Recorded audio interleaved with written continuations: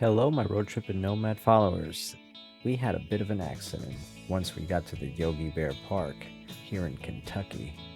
We were about to set everything up and open one of the slides in the kitchen, and one of the cabinet drawers was a bit out as my wife pressed the button. It was a bit too late by the time we got to it and managed to bash one in. Nothing happened to the slide, but the drawer did receive some damage. We bought some boards, as you can see right here. These boards are the ones we thought were the best and most adequate for replacing the sides. I'm going to be replacing both sides.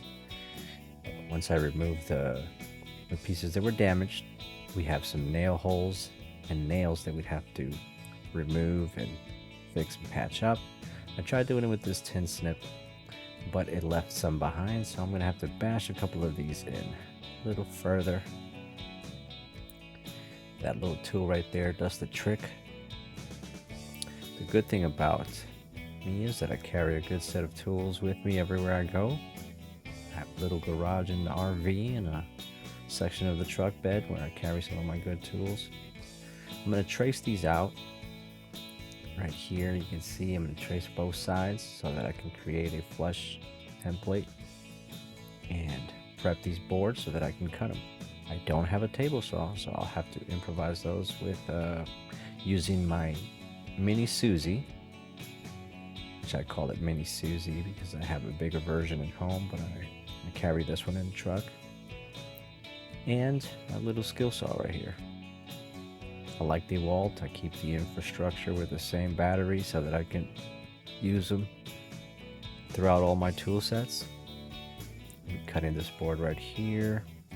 That will be just tracing, to have the same 4 inches that the previous board had.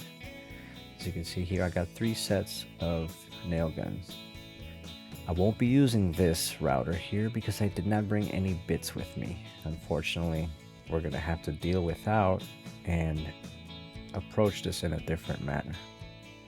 So this is to show you the different type of nail guns that I'll be using, but my favorite one is this little stapler with different lengths of nails, or should I say staples. I'm going to sand these pieces down, get them ready nice and flush so that there's no abrasions on the edges. Get them as smooth as possible. This is my second template right here for my left and right side.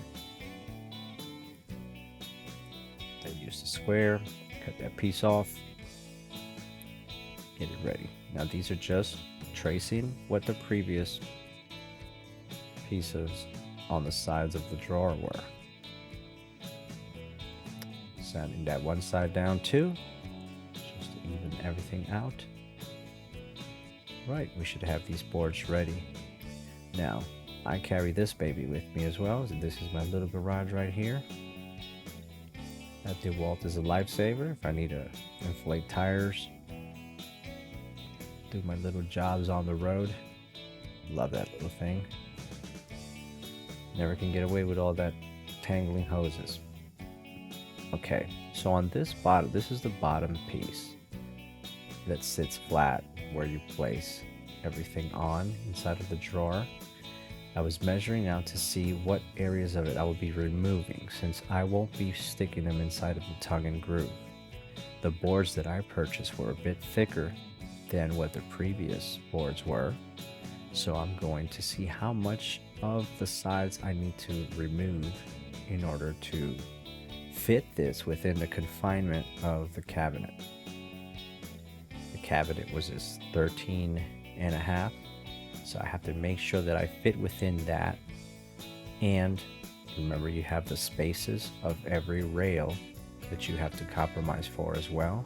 So you have to make sure you measure the complete entry of your cabinet, as well as how much space does every rail occupy, so that you can get all that thought out and marked on the boards and remove whatever you need.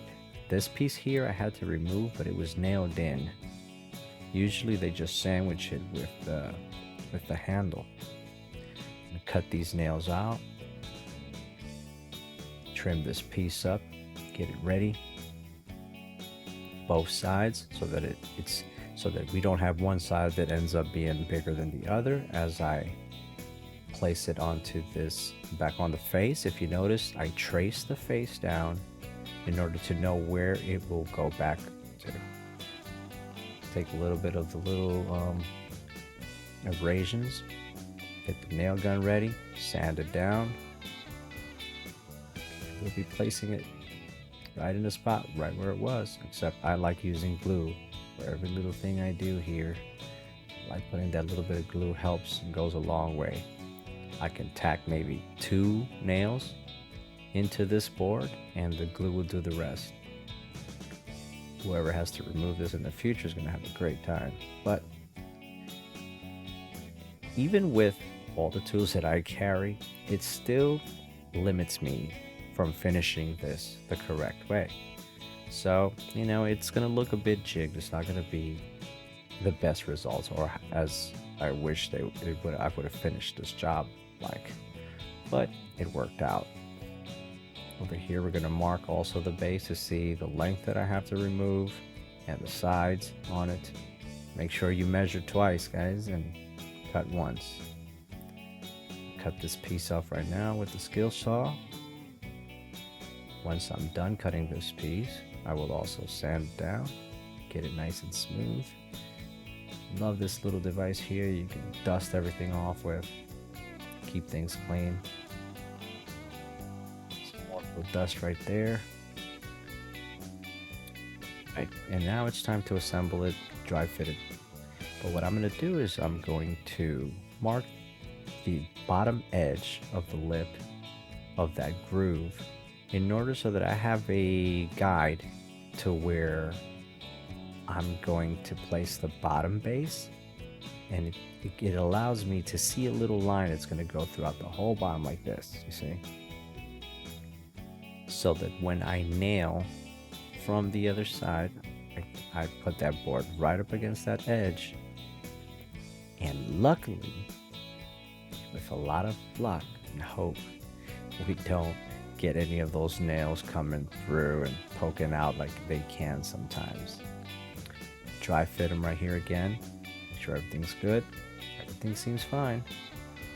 So there's one more board, which is the back part of the drawer, that I have to also cut down to size. Since we're adding these 2 new pieces on the edge, we're going to glue that down. Love using that little glue.